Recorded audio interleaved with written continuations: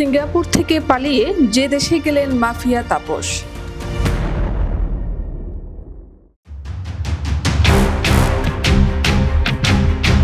চব্বিশের গণ অভ্যুত্থানের সময় শেখ হাসিনা পালানোর ঠিক দুদিন আগে দেশ ছেড়ে চোরের মতো লেজ গুটিয়ে পালান ঢাকা দক্ষিণ সিটির সাবেক মেয়র শেখ ফজলে নূর তাপস।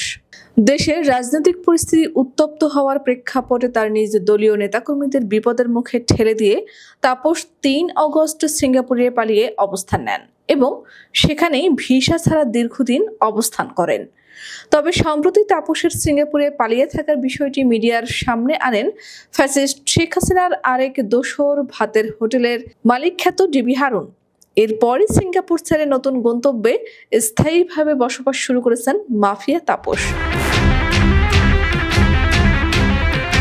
এদিকে তার 2 ছেলের একজন লন্ডনে আর আরেকজন যুক্তরাষ্ট্রে লেখাপড়া করছেন। নির্ভরযোগ্য সূত্রের তথ্য অনুযায়ী বর্তমানে যুক্তরাজ্যে স্থায়ীভাবে বসবাস শুরু করেছেন ঢাকা দক্ষিণ সিটির সাবেক এই মেয়র। তিনি লন্ডনে বিলাসবহুল জীবনযাপন করছেন তার পরিবার সহ, এমনটি বলছে সূত্র। 24-এর 3 অগস্ট দেশ ছেড়ে পালানোর সময়ও প্রথমে যুক্তরাজ্যে প্রবেশের চেষ্টা করেছিলেন তাপস, তবে ব্যর্থ হবার পর শেষ পর্যন্ত সপরিবারে সিঙ্গাপুর চলে যান। তাপসের বিরুদ্ধে হাজার হাজার কোটি টাকার অবৈধ লেনদেন, অর্থ আত্মসাতের অভিযোগ সহ বেশ কিছু অভিযোগের তদন্ত করছে দুর্নীতি দমন কমিশন দুদক।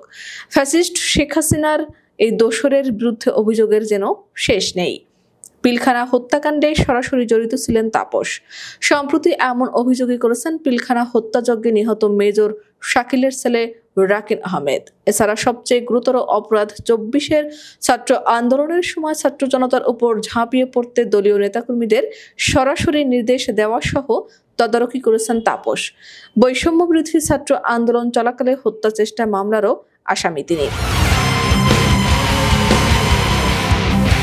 2021 সালে ঢাকা দক্ষিণ সিটি কর্পোরেশনের সাবেক মেয়র ও আওয়ামী লীগের কেন্দ্রীয় কমিটির সদস্য সাইদ খোকন দাবি করেছিলেন এই সিটির মেয়র থাকার যোগ্যতা নেই তাপসের।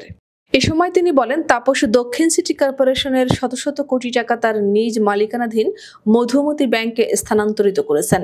এই টাকা বিভিন্ন ব্যক্তি ও প্রতিষ্ঠানে বিনিয়োগ করার মাধ্যমে কোটি কোটি টাকা লাভ করেছেন।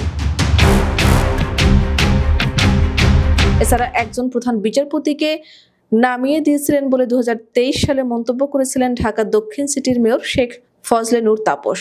সে সময় তার এই বক্তব্য ঘিরে তোলপাড় শুরু হয়। দেশ জুড়ে শেষ পর্যন্ত আদালত পর্যন্ত গড়ায় বিষয়টি।